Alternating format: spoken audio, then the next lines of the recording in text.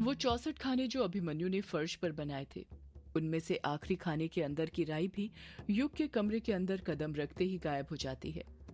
युग गुस्से के साथ अभिमन्यु और कछुए से कहता है, अभिमन्यु, ये तू क्या कर रहा है? और कछुए, तूने शालिनी के हाथ क्यों पकड़ के रखे हुए हैं? मैं कहता हूँ छोड़ उसका हाथ। युग ने ये बात इतने गुस्से से कही थी कि उसकी आंखें लाल हो गई थी गुस्से के कारण। युग का गुस्सा देखकर कछुआ तुरंत शालिनी का हाथ छोड़ देता है। वो समझ गया था कि उसे शालिनी का हाथ नहीं पकड़ना चाहिए था। युग को कछुए की यह हरकत बिल्कुल पसंद नहीं आई थी। युग शालिनी के पास जाकर उसे अपनी बाहों का सहारा देते हुए कहता है, तुम ठीक तो हो ना शालिनी? शालिनी बड़ी ही मासूमियत के साथ जवाब देती है, हाँ युग जी, मैं ठीक हूँ। ये कछुआ और अभिमन्यु तो मेरी बात ही नहीं मान रहे थे। मैं कब से ही अभिमन्यु को समझा रही हूँ कि टाइपराइटर मत खोल, पर ये मेरी बात ही नहीं सुन रहा। और जब मैं इसे रोकने गई तो ये कछुआ मुझे रोकने लग गया, मुझसे झगड़ा करने लग गया। युग कछुए पर फिर चिल्लाते हुए कहता है, ये सब क्या है कछुए? तू शालिनी को क्यों रोक रहा था? कछुआ कुछ कहता उससे पहले ही कायर बोल पड़ता है, अभिमन्यु, तुझे पिछली बार हमने मना किया था ना कि टाइपराइटर मत खोलना, फिर क्यों खोल रहा है? भूल गया क्या पिछली बार जान बचाते बचाते बचे थे हम लोग? तू साले खुद की जान तो खतरे में डाल ही रहा है, साथ में हमारी जान को भी खतरे में डाल रहा है। कायर की बातें सुनकर अभिमन्यु को गुस्सा आ जाता है। अभिमन्यु टाइपराइटर की तरफ देखते हुए ही चिढ़ते हुए कहता है, मैं किसी की जान को खतरे में नहीं डाल रहा। तुम लोगों की जान बचाने के लिए ही तो ये 64 कवच बनाए हैं मैंने। कायर हड़बड़ाहट के साथ कहता है, मुझे यकीन नहीं है तेरे इस 64 कवच ववच पर। तू अभी टाइपराइटर को रख और उठ जा वहां से। अभिमन्यु अपनी नजरें चुराते हुए कहता है, अब उठकर क्या करूंगा? टाइपराइटर तो खुल गया है। जैसे ही अभिमन्यु ये बात बोलता है, सब लोग एक साथ हैरानी से कहते हैं, क्या कहा? टाइपराइटर खुल गया? अभिमन्यु अपनी बात एक्सप्लेन करते हुए कहता है, हाँ, जब आखिरी राई का दाना बचा हुआ था और युग तो कमरे के अंदर घुसा था, उसी वक्त मैंने टाइपराइटर का आखिरी स्क्रू खोल दिया था। अभिमन्यु के इतना कहते ही कमरे के अंदर खामोशी छा जाती है। सबके चेहरे पर खौफ साफ नजर आ रहा था। हर कोई एक दूसरे के चेहरे को ही एकटक नजर से बार बार देखे जा रहा था। कायर उस खामोशी को तोड़ते हुए डरते हुए कहता है, अगर तूने टाइपराइटर को खोल दिया तो उस यक्षिणी ने काले साए का रूप लेकर अभी तक हम पर हमला क्यों नहीं किया? अभिमन्यु जवाब देता है, इस 64 कवच के कारण। इसे पार करने में वो यक्षिणी कुछ देर के लिए कमजोर हो गई है। वो अभी हमें कुछ नहीं कर सकती है। कायर तुरंत पलटकर कहता है, वो यक्षिणी अभी हमें कुछ नहीं कर सकती, पर बाद में तो कर सकती है ना? तूने ये सब ठीक नहीं किया अभिमन्यु। तुझे टाइपराइटर को नहीं खोलना चाहिए था। आखिर क्या मिला तुझे टाइपराइटर खोलकर? इतने अच्छे से ग्रेवयार्ड कोठी में रह रहे थे, पर लगता है कि अब वो भी नहीं रह पाएंगे। अब पता नहीं वो क्या करेगी हमारे साथ। अभिमन्यु कुछ जवाब नहीं देता है। वो टाइपराइटर के पुर्जों को अलग करने में लगा हुआ था। कछुआ मन ही मन सोचने लग जाता है, ये शालिनी पता नहीं कहां से बीच में आ गई। इसने आकर सारा खेल बिगाड़ दिया। अगर वो यक्षिणी यहाँ पर आ जाती तो मैं उसकी प्यास हमेशा के लिए बुझा देता। अभी अभिमन्यु ने टाइपराइटर का paper release lever, carriage lever release हटाया ही था कि तभी युग को टाइपराइटर की बटनों में से हरी रोशनी बाहर निकलते हुए दिखाई देने लग जाती है। ऐसा लग रहा था जैसे टाइपराइटर के अंदर कोई हरी चमकदार चीज रखी हो। युग उस रोशनी को गौर से देखते हुए कहता है, ये रोशनी कैसी निकल रही है इसमें से बाहर? कछुए को भी वो रोशनी दिखाई देने लग जाती है। वो अपनी आंखें मलते हुए कहता है, हाँ यार, ये कैसी रोशनी है? अभिमन्यु जल्दी जल्दी टाइपराइटर के पुर्जों को हटाने लग जाता है। जब अभिमन्यु टाइपराइटर के बटनों को हटाता है तो देखता है कि उसके अंदर कुछ रखा हुआ था। उसे देखकर उसके तो होश उड़ते हैं, साथ में वहां पर मौजूद सभी लोगों के होश उड़ जाते हैं। सभी की आंखें फटी की फटी रह गई थी। टाइपराइटर के अंदर एक हीरा रखा हुआ था, हरा हीरा जो चमके जा रहा था, जिसकी रोशनी चारों तरफ बिखर रही थी। अभिमन्यु उस हीरे को अपने हाथ में रखते हुए कहता है, ये कैसा हीरा है? शालिनी अभिमन्यु के पास जाती है और धीरे से अभिमन्यु के हाथ से उस हीरे को ले लेती है। शालिनी के हाथों में आते ही हीरे की चमक और बढ़ जाती है। ऐसा लग रहा था जैसे वो शालिनी के लिए ही बना हो। शालिनी उस हीरे को देखते हुए कहती है, कितना सुंदर है ये, अद्भुत। कायर उस हीरे को देखते हुए कहता है, कहीं ये यक्षिणी के ताज का हीरा तो नहीं? युग कायर की बातों से डिसएग्री करते हुए कहता है, ये यक्षिणी के ताज का हीरा कैसे हो सकता है? यक्षिणी के ताज का हीरा लाल था ना कि हरा। कछुआ युग पर शक करते हुए कहता है, तू कैसे कह सकता है यक्षिणी के ताज का हीरा हरा नहीं लाल है? युग चिढ़ते हुए कहता है, अबे कछुए, तेरी ना सही में याददाश्त कमजोर है। तू ना बादाम खाया कर।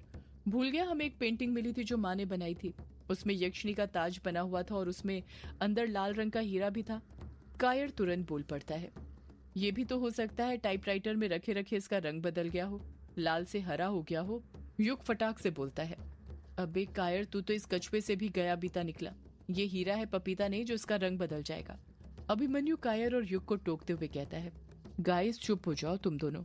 ये वक्त ये सब बातें करने का नहीं है, बल्कि ये सोचने का है कि आखिर ये हीरा इस टाइपराइटर के अंदर आया कहां से और किसने इतने बेशकीमती हीरे को इसके अंदर रखा होगा। सभी लोग अभिमन्यु की बातों पर गौर फरमाने लग जाते हैं और सोच में डूब जाते हैं। अभिमन्यु कुछ सोचते हुए युग से पूछता है, युग, ये टाइपराइटर तेरे पापा का है ना? युग कहता है, हाँ, पर तू ये क्यों पूछ रहा है? कहीं तू ये तो नहीं कह रहा कि इस हीरे को मेरे पापा ने इस टाइपराइटर में रखा है? अभिमन्यु युग की बातों से इनकार करते हुए कहता है, नहीं यार, मेरा ये मतलब नहीं है, मैं तो बस ऐसे ही पूछ रहा था। युग उदासी के साथ कहता है, हाँ, ये टाइपराइटर मेरे पापा का ही है। कछुआ अपना सिर खुजाते हुए कहता है, यार कुछ समझ नहीं आ रहा कि आखिर कोई टाइपराइटर के अंदर हीरा क्यों रखेगा। हीरा रखना ही था तो लॉकर में रख देता। ऐसे टाइपराइटर के अंदर थोड़ी हीरा रखा जाता है। सभी लोग कुछ न कुछ बोल रहे थे सिवाय शालिनी के। उसका पूरा ध्यान इस वक्त हीरे के ऊपर था। वो बस हीरे को निहारे जा रही थी, उसकी हर एक बनावट को महसूस कर रही थी। ऐसा लग रहा था जैसे उसे वो हीरा बहुत पसंद आया हो। अभिमन्यु ये सब नोटिस कर लेता है। अभिमन्यु तुरंत शालिनी के पास जाता है और उसके हाथों से वो हीरा छीन लेता है। शालिनी अभिमन्यु को घूरने लग जाती है, पर कहती कुछ नहीं। 3 बजने में 15 मिनट कम थे। सब लोग रूम नंबर 666 के अंदर ही बैठकर बातें कर रहे थे, पर अभी तक किसी को भी उस हीरे के बारे में कुछ पता नहीं चल पाया था। सब अभी भी सोच में डूबे हुए थे। कायर बैठे बैठे ही सोने की कोशिश कर रहा था, पर सो नहीं पा रहा था। कायर डरते हुए कहता है, यार अभिमन्यु, तुझे ना ये टाइपराइटर खोलना ही नहीं चाहिए था। साला इतना अच्छा सपना देख रहा था कि बिंदु के साथ मेरी शादी हो गई, पर तुम्हारे झगड़े ने नींद खराब कर दी। अब सपने की तो छोड़ो, डर के कारण नींद भी नहीं आ रही। जैसे ही आंखें बंद करता हूँ तो डर लगने लग जाता है कि कहीं यक्षिणी तो नहीं आ गई मुझे मारने के लिए। अभिमन्यु कायर को समझाते हुए कहता है, कैसी बातें कर रहा है कायर तू? अब तू ही बता, अगर मैं ये टाइपराइटर नहीं खोलता तो हमें इस हीरे का कभी पता चल पाता क्या? नहीं चल पाता ना? तो युग कुछ सोचते हुए कहता है, अभिमन्यु, पिछली बार जब तूने इस टाइपराइटर को खोलने की कोशिश करी थी तो यक्षिणी ने तुझ पर हमला किया था। यक्षिणी नहीं चाहती थी कि तू टाइपराइटर खोले, क्योंकि इसके अंदर ये हीरा था। वो इसकी रक्षा कर रही थी। पर आखिर यक्षिणी इस हीरे की रक्षा क्यों कर रही थी? ऐसा क्या है इस हीरे में? अभिमन्यु परेशानी के साथ ना में अपना सिर हिलाते हुए कहता है, पता नहीं यार, पर ये आम हीरा नहीं लगता। कुछ अजीब सा है, कुछ ज्यादा ही चमक रहा है। ऐसा लगता है जैसे ये इस दुनिया का हो ही ना, किसी दूसरी दुनिया का हो। कछुआ अभिमन्यु को तिरछी नजर से देखते हुए कहता है, अभिमन्यु, एक बात बता, तुझे ये 64 कवच के बारे में कैसे पता चला? अभिमन्यु कछुए से अपनी नजरें चुराने लग जाता है और कछुआ ये बात समझ जाता है। वो तुरंत दबाव बनाते हुए कहता है, अरे नजरें क्यों चुरा रहा है? मैं कुछ पूछ रहा हूँ तुझसे। तुझे इस 64 कवच के बारे में कैसे पता चला? अभिमन्यु घबराहट के साथ कहता है, वो ये सब मैंने किताब में पढ़ा था। कछुआ तुरंत पूछता है, कौन सी किताब? अभिमन्यु बात को टालते हुए कहता है, पता नहीं यार कौन सी किताब थी, नाम याद नहीं आ रहा। कछुआ अभिमन्यु को शक की निगाहों से घूरते हुए कहता है, ये तो बड़ी अजीब बात हो गई। तुझे ये याद है कि किताब के अंदर कौन सी विधि और कौन सा मंत्र लिखा हुआ था, लेकिन ये याद नहीं कि किताब का क्या नाम था। अभिमन्यु मामले को संभालते हुए कहता है, यार सच में याद नहीं है, वरना मैं तुझे बताता नहीं क्या। किताब का नाम दिमाग से ही निकल गया। कायर अपने पेट पर हाथ फेरते हुए कहता है, यार भूख लग रही है। युग हैरानी के साथ कहता है, क्या कहा? भूख लग रही है, वो भी इतनी रात में? अभी कुछ घंटे पहले ही तो तूने पेल कर मछली के साथ चावल खाया था। कायर हंसते हुए कहता है, हाँ खाया था, पर वो सारा पच गया। वो क्या है ना, जब मुझे डर लगता है तो ज्यादा भूख लगती है, डर बढ़ेगा तो भूख भी बढ़ती जाती है। आदत है मेरी बचपन से। कायर शालिनी की तरफ देखते हुए बड़े प्यार से उससे पूछता है, शालिनी, कुछ खाने के लिए नहीं रखा क्या फ्रिज में? शालिनी कायर को मना करते हुए कहती है, नहीं कायर, मछली तो पहले ही खत्म हो गई थी, साथ में चावल भी। मुझे नहीं लगता फ्रिज में कुछ रखा होगा। कायर का चेहरा उतर जाता है। तभी शालिनी की नजर कमरे में लगी घड़ी पर पड़ती है और वो देखती है कि 3 बजने में बस 5 मिनट कम थे।